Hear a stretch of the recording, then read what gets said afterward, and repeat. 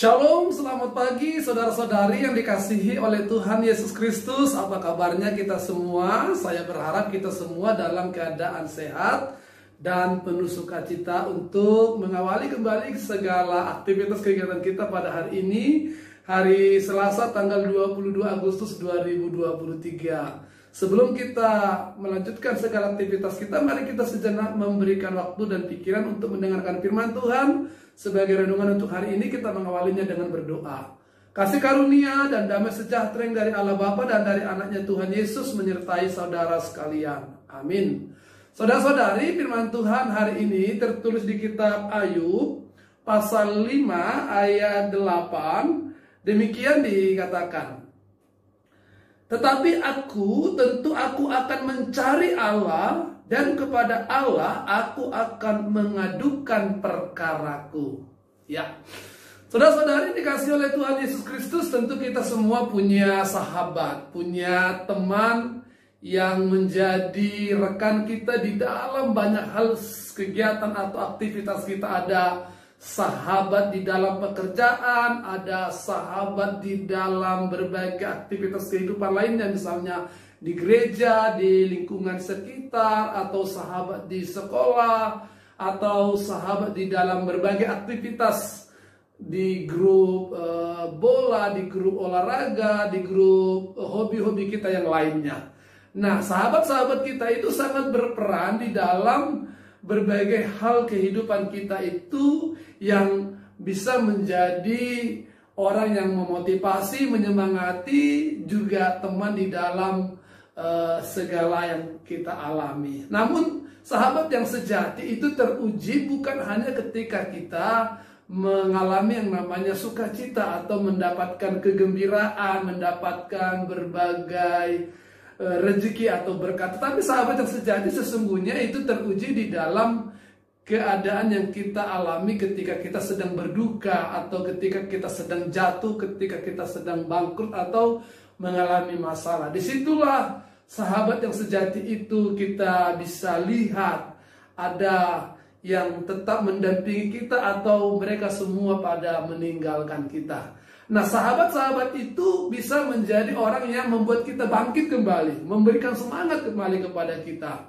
Tetapi sahabat yang hanya menjadikan kita menjadi sesuatu yang menjadi sumber kesukacitanya, sumber kesenangannya, ketika kita berduka, ketika kita sengsara, dia akan meninggalkan kita. Nah, saudara-saudari, firman Tuhan hari ini adalah percakapan antara Ayub dengan sahabat-sahabatnya.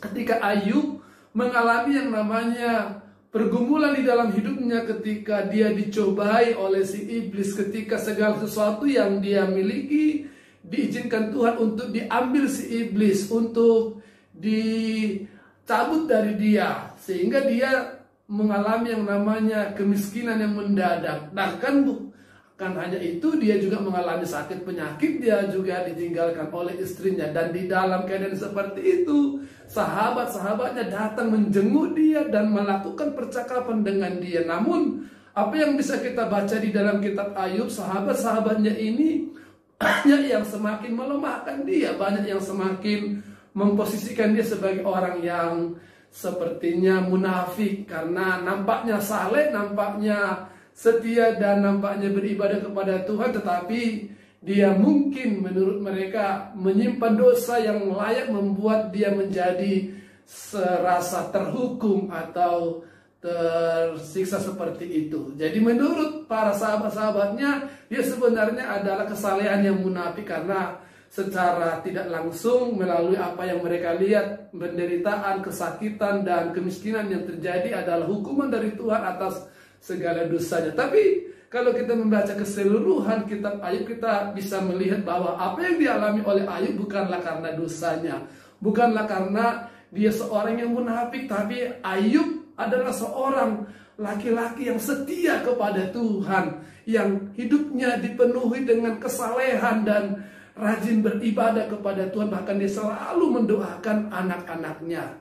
Nah, itulah sebabnya ketika para sahabat-sahabatnya itu memposisikan dia sebagai orang yang munafik, sebagai orang yang menyimpan dosa secara tidak kelihatan, Ayub mengatakan kepada mereka bahwa Dia bukanlah orang yang seperti mereka sebutkan. Dia adalah orang yang tetap setia kepada Tuhan, dan dia selalu mengandalkan Tuhan di dalam kehidupannya. Dia selalu mencari pengadilan Tuhan. Dia selalu mencari kasih karunia Tuhan.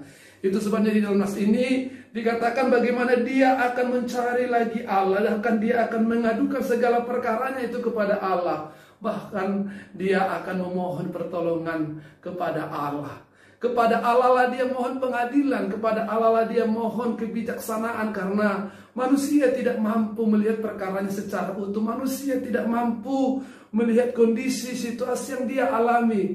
Manusia cepat sekali menilai, manusia cepat sekali memberikan keputusan tanpa mengetahui secara menyeluruh apa yang sedang terjadi. Itu yang mau diajarkan juga kepada kita melalui nas ini pada hari ini, bahwa segala sesuatu yang kita alami ketika kita menjalaninya, segala perkara itu memang keadilan ada di dalam Tuhan. Tuhanlah yang mengetahui kebenaran secara utuh. Tuhanlah yang mengetahui keadilan secara utuh. Itu sebabnya kalau kita mengalami berbagai pergumulan, berbagai permasalahan, mari kita mencari Allah dan menyampaikan perkara kita kepada Tuhan. Kepada Dia tempat kita mengadu segala apa yang kita alami. Kita tahu Tuhan mendengar, kita tahu Tuhan adalah hakim adil, kita tahu Tuhan akan menegakkan kebenaran kita. Kita tahu Tuhanlah yang akan menjadi hakim yang setia di dalam menegakkan keadilannya. Manusia bisa dibayar, manusia bisa tidak adil, manusia tidak bisa setia di dalam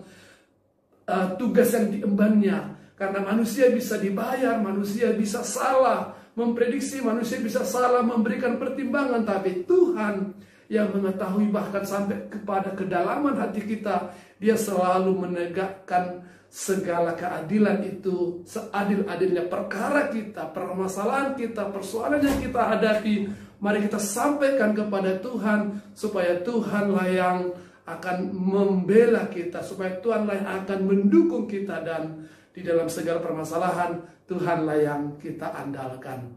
Oleh karena itu saudara-saudari, apapun yang kita lakukan sepanjang hari ini dan apapun yang kita alami, mari kita mencari kebenaran Allah, mari kita sampaikan perkara kita kepada Tuhan, maka Tuhan akan membela kita, Tuhan akan menolong kita, dan Tuhan akan menegakkan keadilan di dalam kehidupan kita. Tuhan Yesus menyertai kita. Amin, kita berdoa. Terima kasih Tuhan untuk firman Tuhan yang menyapa kami pada hari ini, untuk memberangkatkan kami melakukan segala aktivitas kami sepanjang hari ini. Berkatilah kami dan belalah segala perkara-perkara kami. Hanya di dalam nama Tuhan Yesus kami berdoa dan mengucap syukur. Kasih karunia dari Tuhan kita Yesus Kristus, kasih setia daripada Allah Bapa, serta persekutuan dari Roh Kudus, itulah yang menyertai memberkati saudara sekalian sekarang sampai selama-lamanya. Amin. Selamat beraktivitas, selamat berkegiatan. Tuhan Yesus memberkati kita. Horas.